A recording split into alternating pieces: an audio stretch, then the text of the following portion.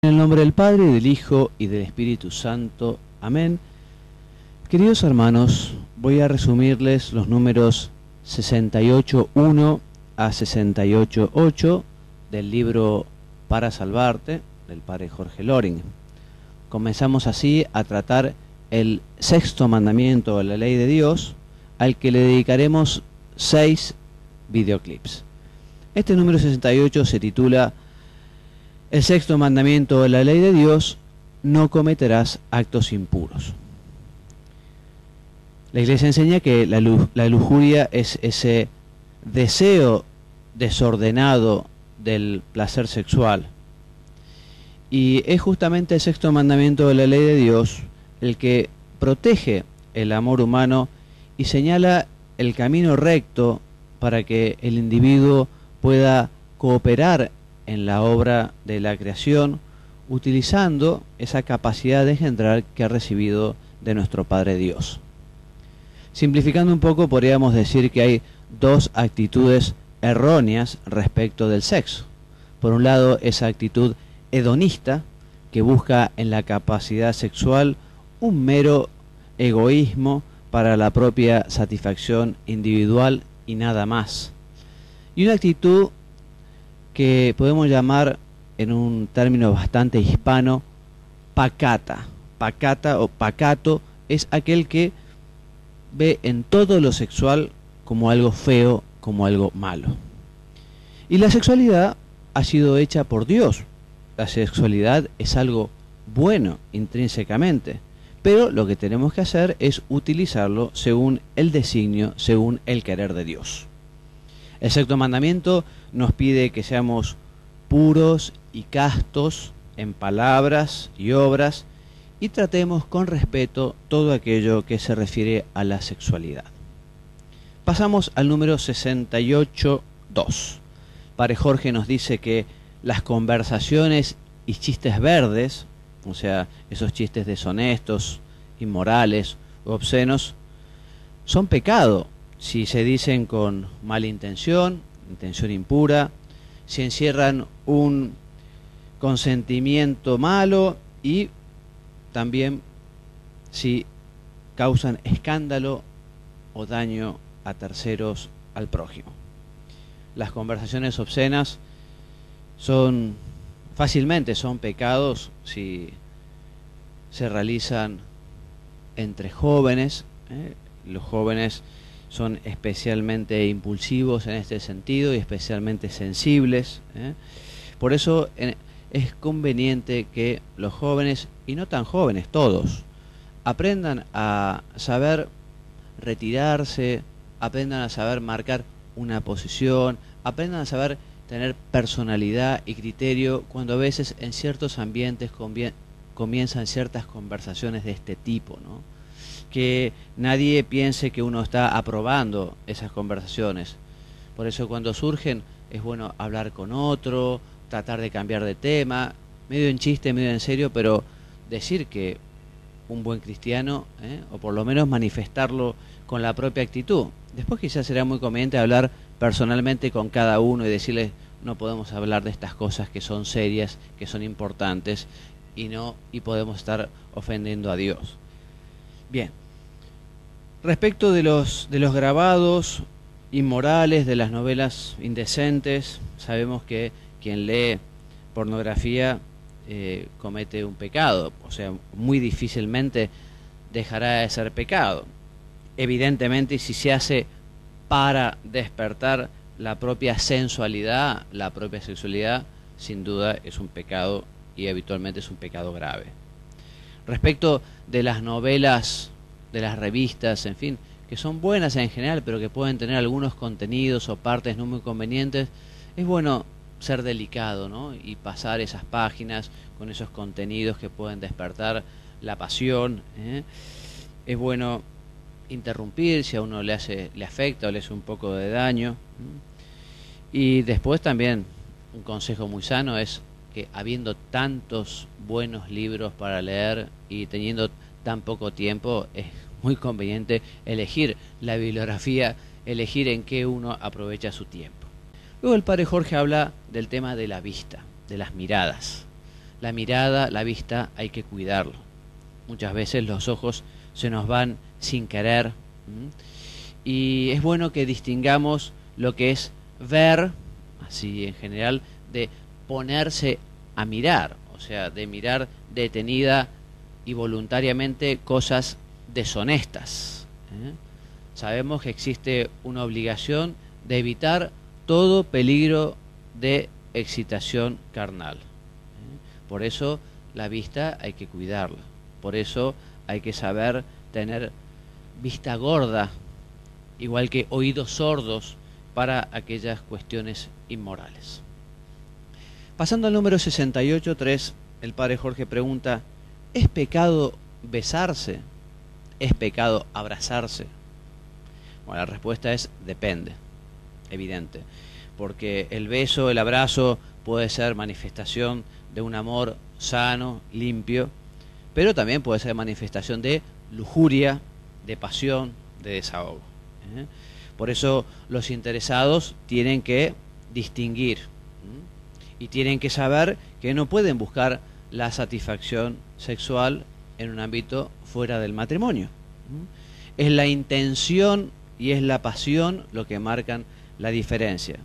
Y estos son elementos bastante fáciles de conocer, tanto en uno como en la otra persona. Repetimos, la juventud es muy inflamable y en este sentido tendrá que tener más cuidado en estas cuestiones. Es pecado procurar o procurarse voluntariamente la satisfacción sexual.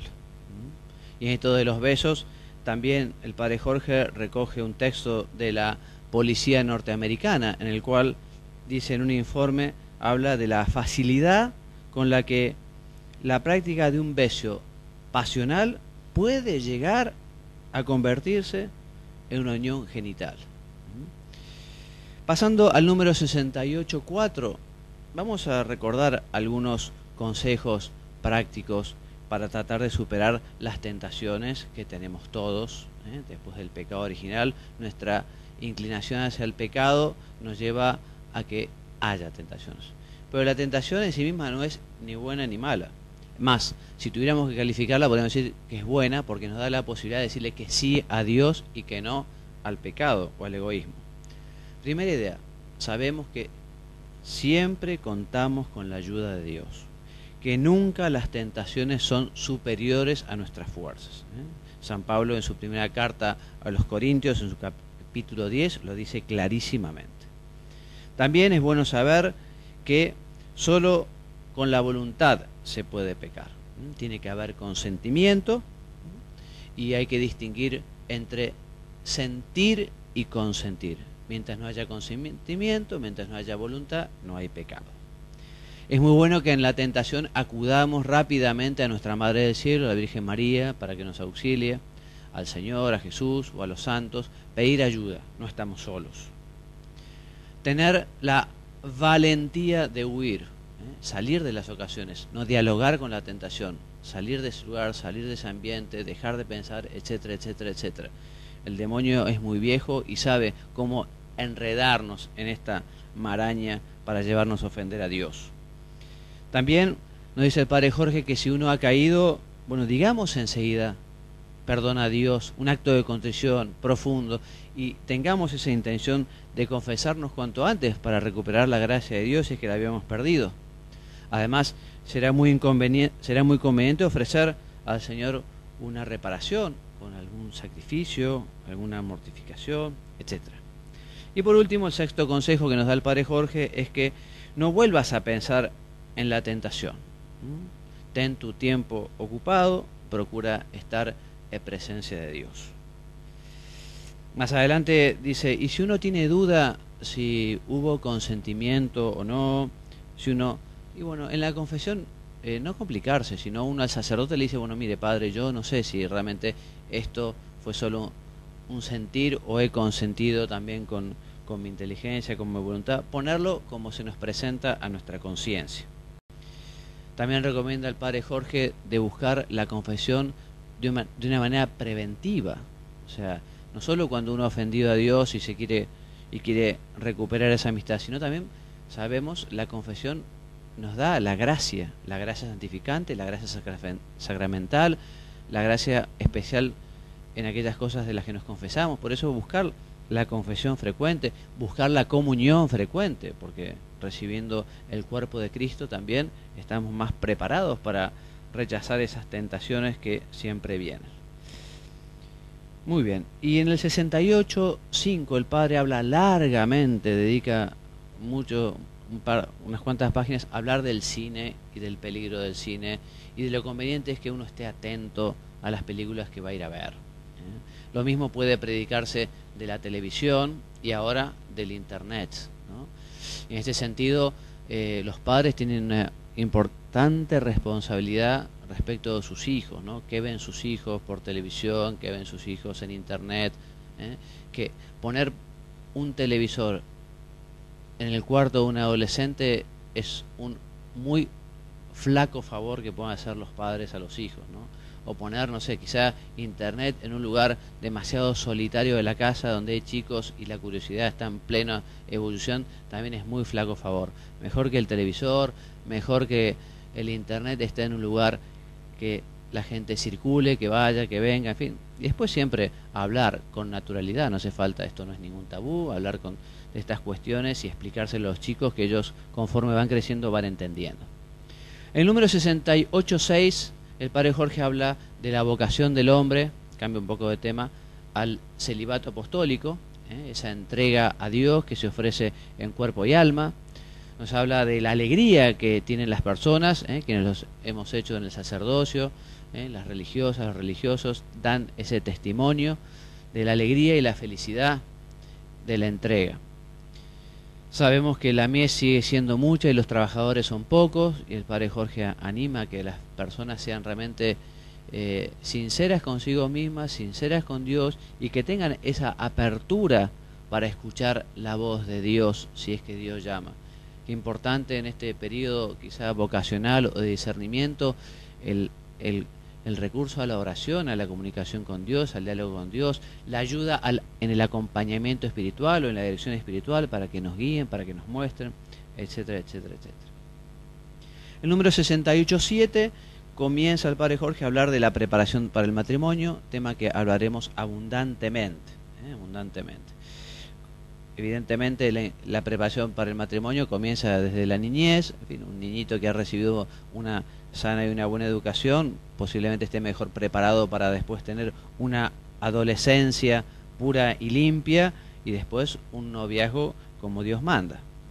Nos dice el padre Jorge que en ese periodo de la adolescencia vale la pena que los chicos vayan aprendiendo a cultivar la amistad, que en ese estar en grupos y hacer planes juntos, chicos y chicos, ayudan a ese relacionamiento, a ese aprendizaje, y que es muy importante que evidentemente antes de un noviazgo haya un conocimiento, ¿no? Y los noviazgos adolescentes no son muy convenientes, y además no suelen ser tampoco noviazgos, ¿no? En el número 68.8 el padre Jorge dedica a explicar también de una forma muy clara lo que es el flirteo. Flirtear, podríamos decir, es jugar al amor. Jugar al amor. El que flirtea tiene una intención egoísta de conquista, de placer, de engañar, de pasarlo bien, pero no sé si lo sabe o no, pero se está engañando a sí mismo claramente, porque el flirteo es una mentira, es un capricho, es una injusticia, hace daño tanto a la persona que uno puede estar engañando como a uno mismo que se engaña, porque termina lastimando el corazón y deja triste, desilusionado, decepcionado. Por eso también, entre paréntesis, un consejo: antes de enamorarse, pensar si esa persona nos conviene o no. El noviazgo más adelante no es una diversión, es una escuela para el matrimonio, de lo que, repito, vamos a hablar un poquito más adelante. En este periodo más o menos adolescente, bueno, el corazón necesita un rodaje, un aprendizaje, por eso repetimos, el amor adolescente puede ser imprudente, porque todavía los chicos no están maduros. Y por último terminamos este tema con otra consideración del padre Jorge, que es recordar que el corazón hay que cuidarlo. El corazón hay que cuidarlo. El corazón hay que defenderlo como un tesoro de los ladrones. Por eso, cuidando el corazón, también hay que dominar ese enamoramiento, esa posibilidad de engaño también que puede haber por parte de la otra persona. Por eso terminamos diciendo, no te encariñes de quien no te puedes casar y no avances, rompe a tiempo aunque sea doloroso, porque después los males pueden ser peores. Muy bien, y así terminamos entonces con este extracto del envío número 24 del curso para salvarte, y yo me despido con la bendición. Que Dios los bendiga y los haga muy santos. Amén.